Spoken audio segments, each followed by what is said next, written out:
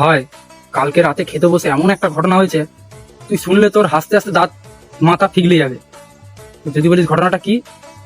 কালকে খেতে বসেছি, খেতে বসে বসে আমার বাবা বলছে বলছে আমার সঙ্গে আর আমার জামাই ষষ্ঠীতে তুই কতদিন যাবি তোর মামা বাড়ি। আমি বলছি কেন?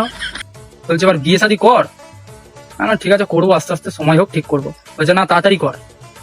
এবার আমার তো লজ্জা লাগছে, এইসব বলছে, আমি হাসছি, আমি মিচকি মিচকি হাসছি। এবার বলার পর বলছে, আমি সব কি শুনলাম যে কারণটা কি, তুমি বিয়ের কথা বলছো, আমি জামাই ষষ্ঠীতে গেলে মানে আমার মামা বাড়ি তোমার সঙ্গে গেলে সমস্যা কি? বাবা বলছে অত সব যাই না, যাই হোক তুই একটা ইয়াং শাশুড়ি দেখে বিয়ে করবি। আমি বললাম ঠিক আছে, ইয়াং শাশুড়ি থেকে বিয়ে করলাম। তারপর বলো তখন তুই একদিন গেছিস আমার ষষ্ঠীতে তোর মামা বাড়ি, এবার আমি যাবো তোর শ্বশুর বাড়ি তোর ষষ্ঠীতে।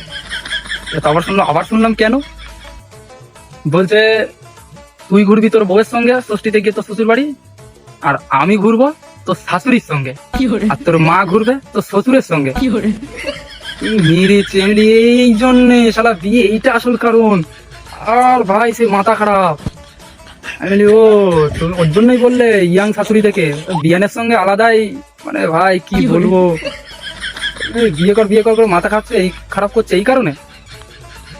আমার একদিন আমি গেছি বলে ওনার ইয়েতে, এবার উনি আমার শ্বশুর বাড়ি যাবে, গিয়ে আমি আমার বউয়ের সঙ্গে ঘুরবো, আর আমার বাবা ঘুরবে আমার শাশুড়ির সঙ্গে মানে ওনার বিয়ানের সঙ্গে, আর আমার মাকে পাঠিয়ে দেবে হচ্ছে আমার শ্বশুরের সঙ্গে মানে বিয়ের সঙ্গে।